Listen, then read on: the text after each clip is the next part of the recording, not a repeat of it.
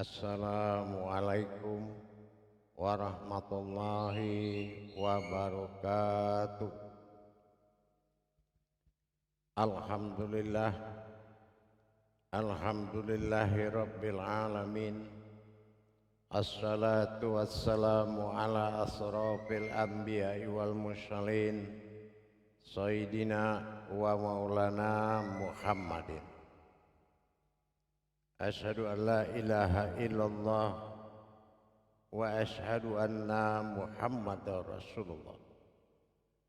Allahumma sholli ala sayyidina Muhammadun musyabihil wal ikram, ya wal jalil wal ikram, wa tahirin wal mujahidina, amma ba'du, ibadullah wa ittaqullah.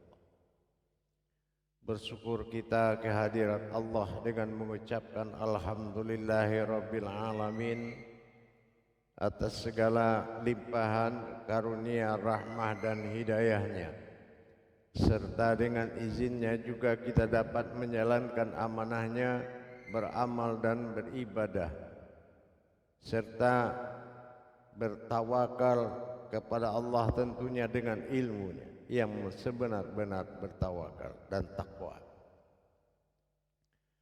Bersalam kita tidak akan pernah saya lupakan, selalu saya mengajak, marilah kita sama-sama melapazkan, mengkalamkan salawatnya atasnya dengan membacakan Allahumma sholli ala sayyidina Muhammad wa ala alihi sayyidina Muhammad. Alhamdulillah, bertemu lagi dengan saya Guru Mursyid Syekh Nur Muhammad Buya Irwan Maulana Al-Khalidi, Pasaman, Sumatera Barat. Tentunya dalam rangka meningkatkan iman dan takwa kita kepada Allah, marilah sama-sama kita berbagi ilmu dan wawasan. Insya Allah mudah-mudahan terijabah ilmu yang berderajat akan membawa kita sampai kepada arasnya dalam mencapai ma'rifat kepada Allah. Alhamdulillah, pada waktu dan kesempatan ini dalam tayangan YouTube Buya Pasaman Timur, tentunya dalam makom Majelis Zikir Ma'rifatullah Indonesia dan dalam naungan Yayasan Islam Hidayatul Mubarakah, marilah sama-sama kita berbagi, insya Allah mudah-mudahan bermanfaat. Adapun hal yang perlu kita ketahui di dalam menjalankan suatu ibadah langsung dan tidak langsung kepada Allah, perlulah kiranya kita mengetahui sebuah wujud yang akan difungsikan oleh Tuhan untuk sekalian alam yang disebut dengan diri. Di sini perlu kita mempelajari bahwasanya hablum minallah, tersambungnya hubungan kita umat kepada Allah tentulah melalui sebuah wujudnya. Wujud yang akan ditampilkan menjadi perantara antara umat dengan Tuhan, yaitu adalah sebuah wujud yang tidak berasal dari bumi dan apa yang ada di langit. Ini yang dikatakan wujud. Wujud adalah salah satu sifat bagi Allah untuk dinafiskan dari pentiadaan atau adanya dari sekalian sesuatu yang diciptakan. Tetapi wujud adalah sesuatu yang ditampil dan dimunculkan oleh Allah sebagai wujud yang akan menyampaikan titah sebuah sejarah terhadap hayatnya Allah dan alam. Wujud yang dimaksud di sini adalah si wujud am. Apa yang dikatakan si wujud am adalah kodrat yang disebut manusia. Ini yang dikatakan Allahu alam. Sebuah kisah antara sifat ketuhanan dan sifat keumatan itu berkodrat alam, bersifat alam. Ada alam wujud dan maujud, ada alam maujud, wujud dan wujud. apapun bentuk alam tersebut adalah tajalli Allah semata. Inilah kodratnya manusia. Sebagaimana yang kita ketahui, alam membutuhkan Tuhan karena alam bersifat batin. Alam bersifat batin, batin bersifat umat. Kalau batin bersifat umat, ini yang dikatakan batinul abdi, yaitu alam beserta isinya. Itu adalah batinul abdi. Tapi manusia bukanlah batinul abdi, tapi manusia adalah sifatun sirri wasiruhu. Ada sifatku dan aku juga yang bersifat. Manusia adalah sebuah wujud yang mana melaksanakan dua perkara di dalam berbuat berketuhanan. Menjadi kiblat bagi alam dengan kata bertasbih, menjadi wujud bagi sifat dalam kata berzikir. Berzikir sifat nas bagi insan menuju wujud asal mula jadi. Tapi bertasbih bagi alam sifat ruh kepada hayat. Ini kita harus bisa membedakan antara tasbih alam dengan zikirnya umat atau zikirnya manusia.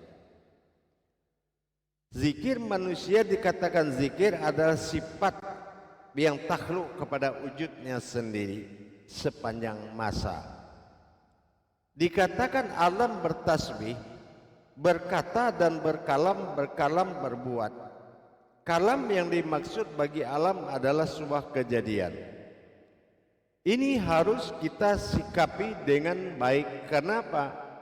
Manusia dijadikan ke muka bumi untuk menjadikan sesuatu itu bertuhan kepadaku. Ini yang dikatakan Allah Subhanahu wa taala. Manusia adalah zat zahirnya Allah, amnya Allah. Jadi kalau manusia itu sudah tahu fungsi daripada sifat Tuhan, maka dia akan menjadi khalifah daripada muka bumi ini. Tapi orang yang tidak memahami kodrat dirinya, golongan sifat bagi Allah, maka dia telah jauh terjatuh kepada makhluk.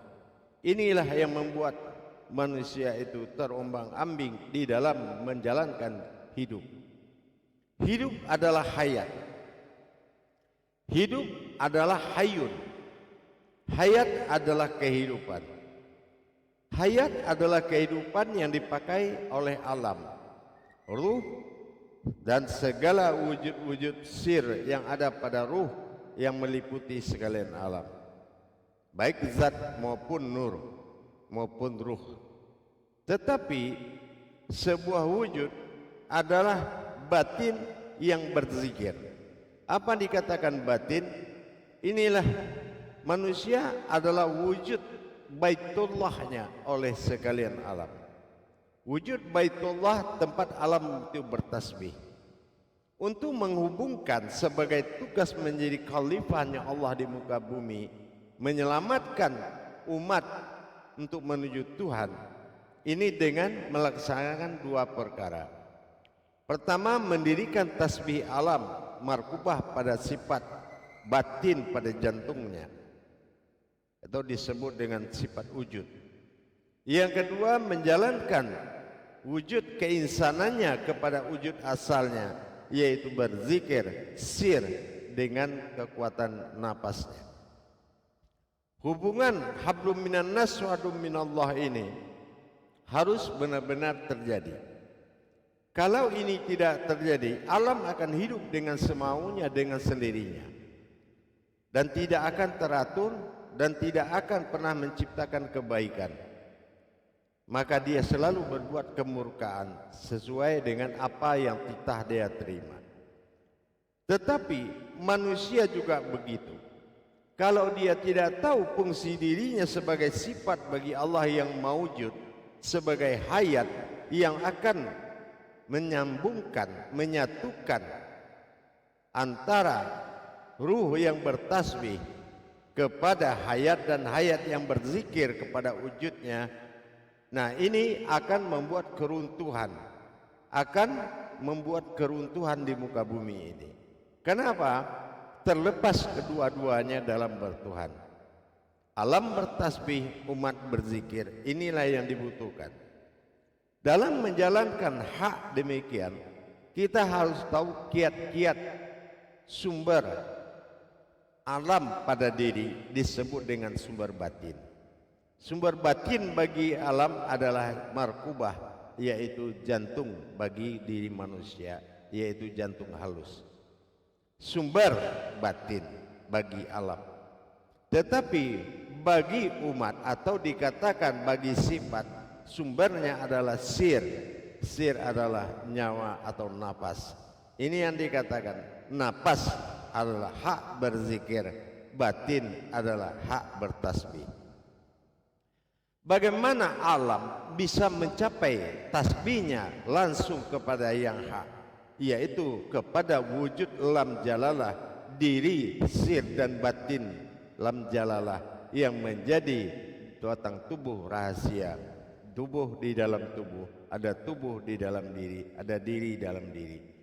Kita harus memahami pekerjaan yang dilaksanakan hablum minan nas, yang dilakukan oleh alam terhadap Tuhan, dan hablum minallah, dan Tuhan terhadap alam, ini dilakukan oleh batin dan sir diri di diri kita.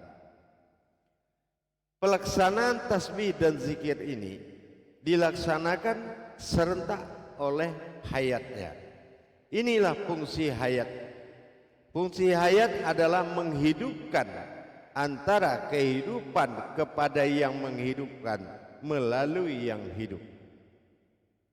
Fungsi hayat, saya ulangi, adalah mentajadikan kehidupan kepada yang menghidupkan melalui yang hidup, yaitu hayat, hayyun, dan qayyum. Perjalanan an-nazir tasbih la ilaha illallah, bertasbihnya alam kepada Allah dengan lafaz la ilaha illallah menuju batin markubah pada diri, dan menerimalah sifat manusia, yaitu diri sifat, yaitu diri yang bersifat wujud tadi, menerima zikir tasbih tadi dengan berzikir hu Allah pada sir napas. Pekerjaan ini wajib dilakukan karena antara Allahu alam, antara aku Allah dan alam adalah sebuah wujud. Allahu alam atau dikatakan alif lam mim, ini hubungan antara alam dan Allah. Inilah yang menjadi sifat yang diwujudkan, yang ditampilkan sebagai sebuah wujud yang menerima dan memberi, yaitu bertasbih dan berzikir. Hadirin pada hadirat jamaah yang dirahmati Allah rahimakumullah. Dalam pelaksanaan ini kita harus melaksanakan kegiatan perbuatan tasbih dan zikir itu sebagai ibadah langsung, antara tasbih kepada Allah melalui alam dilaksanakan oleh alam melalui sebuah wujud, dan berzikirnya wujud kepada wujudnya melalui sir daripada wujud tersebut, yaitu napas. Dalam tajadi ini kita harus melihat gerakan menerima dan memberi. Menerima zikir dari alam la ilaha illallah, bertasbihnya alam kepada batin, dan menerimanya wujud sifat dengan hu Allah. Disinilah terjadi zikir dilaksanakan oleh sifat. Sementara wujud rahasia yang melihat adalah aku, hu. Nah, inilah yang melihat. Jadi dalam pelaksanaan ini adalah pelaksanaan pensaksian yang dilakukan oleh wujud, disaksikan oleh kekuatan nur mainnya Allah yaitu sebuah mata sakti atau dikatakan mata rahasia, mata sir, dikatakan nur ma'in. Dalam hal ini nur ma'in menyaksikan perbuatan antara alam kepada Allah, kepadaku perantara Allah. Nah, ini yang dikatakan dengan zat yang bersifat Allah. Wujud yang bersifat Allah adalah sifat yang diperlihatkan atau dikatakan diri pantulan, yaitu sebuah alam yang disebut manusia. Allahu alam, alif lam mim. Allah sebuah wujud, sifat. Hu adalah aku, sementara alam adalah al-am atau dikatakan alam terlihat. Aku adalah sebuah wujud alam yang terlihat. Nah, disinilah antara yang bertasbih dan berzikir disaksikan oleh wujud alam yang terlihat. Ini yang dikatakan Allahu alam. Hu adalah dalam wujud menerima, dalam bersaksi. Sementara alam adalah wujud yang diperlihatkan, sementara alam adalah semua yang terlihat. Jadi dengan kita melaksanakan dua gerakan tasbih di dalam melakukan sebuah ijab, tajalli tasbih dan tajalli zikir, perlu kita laksanakan, tapi dengan ketentuan hakikat yang harus kita pahami. Apa ketentuan hakikat? Semua ketentuan-ketentuan hakikat harus kita jalankan. Alam adalah ruh, hayatnya adalah nur. Nur yang ada di dalam diri dan zat yang ada sebagai aras harus tenggelam di dalam diri al-haq. Diri al-haq akan berfungsi sebagai diri halus atau diri sifat apabila nur dan zat sebagai aras dan hayatnya alam tenggelam dan tinggallah sebuah wujud. Wujud inilah yang dikatakan diri al-haq. Penempatan dan pengembalian tajalli nur dan zat yang ditenggelamkan kembali tenggelam kepada diri al-haq, maka tinggallah diri halus yang ada di dalam diri zahir. Diri halus ini menjadi hayatnya alam kepada Allah Subhanahu wa ta'ala. Inilah hubungan hablum minan nas dan hablum minallah. Allahu alam. Kembali kita melihat kepada sisi Allahu alam. Allahu alam. Allah ahzat. Wujudnya terlihat zahir bagi diri kita. Arasnya ada di muka bumi, yaitu sebagai aras kulimah la ilaha illallah. Sementara kodrat daripada nur sendiri adalah ruh, penyebab ruh itu terjadi. Tidak mungkin ada ruh tanpa ada nur. Nur adalah penyebab adanya wujudnya ruh. Apabila nur dengan zat sudah lenyap di dalam al-haq atau diri yang halus di balik yang halus, maka tinggallah diri halus dengan diri zahir. Diri halus menjadi diri al-haq dan diri yang zahir menjadi diri sifat. Al-haqqu wal sifatun, al-haqqullah wal sifatullah. Al-haq itu adalah wujudnya Allah dan sifat ini adalah rupa-rupanya Allah. Ini yang dikatakan al-haqqullah wal sifatullah. Jadi kalau kita melaksanakan tersebut, nur betul-betul kembali nur Muhammad kaswada lenyap ke dalam zatnya Allah. Ya, nurullah. Nurullah adalah zat. Nur Muhammad adalah nur hayat, nur alam. Nah, ini harus kembali ke dalam nur haknya Allah. Nah, kalau dia sudah lenyap di dalam nur haknya Allah, maka nur hak ini adalah diri halusnya Allah. Antara nur zat harus kembali, barulah berlaku diri sifat. Kalau nur dengan zat belum kembali kepada diri al-haq, maka belum berlaku diri sifat. Belum diri sifat ini berlaku. Kenapa? Karena nur masih hayat di situ, zat masih hayat. Tapi kalau zat sudah lenyap dan dia menjadi zahir, nur lenyap, dia menjadi ruh. Nah, menjadi ruh bagi diri. Nah, ini sudah menjadi sembahan oleh sekalian alam. Diri al-haq adalah diri yang nyata. Mana diri halus itu? Diri halus adalah diri yang terlihat. Dalam arti kata bahasa ma'rifat, bahasa tauhid, halus bukan tidak terlihat. Halus itu adalah al-haqqul mubin. Halus itulah yang harus terlihat. Jadi kalau dia sudah tenggelam, nur pasangan ruh, zat pasangan zahir sudah tenggelam ke dalam al-haq, maka al-haq wujud. Nah, inilah zahir. Nah, zahir itulah yang akan menjadi al-haqnya Allah. Nah, inilah yang dikatakan diri al-haq yang mubin, yaitu diri yang utama, diri pertama, diri satu, yaitu diri amin. Pelaksanaan zikir tersebut antara Allahu alam, antara alam dan Allah, diperantarai oleh aku.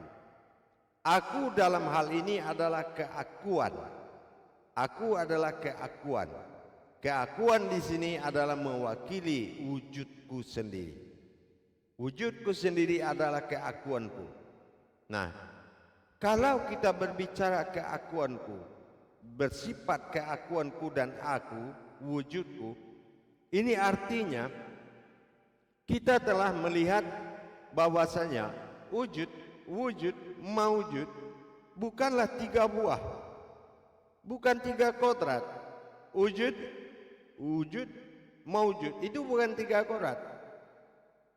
Tapi wujudku adalah wujud yang maujud. Wujudku adalah wujud yang maujud. Nah, ini yang dikatakan wujud. Ya, wujudku adalah wujud yang maujud. Atau kita garis bawahi, aku adalah wujud, sebuah wujud yang maujud. Nah, jadi ini adalah satu kodrat. Wujud, maujud itu bukan tiga kodrat, tapi satu kodrat. Nah, satu kodrat inilah yang akan menjadi kegiatan bertasbih dan berzikir.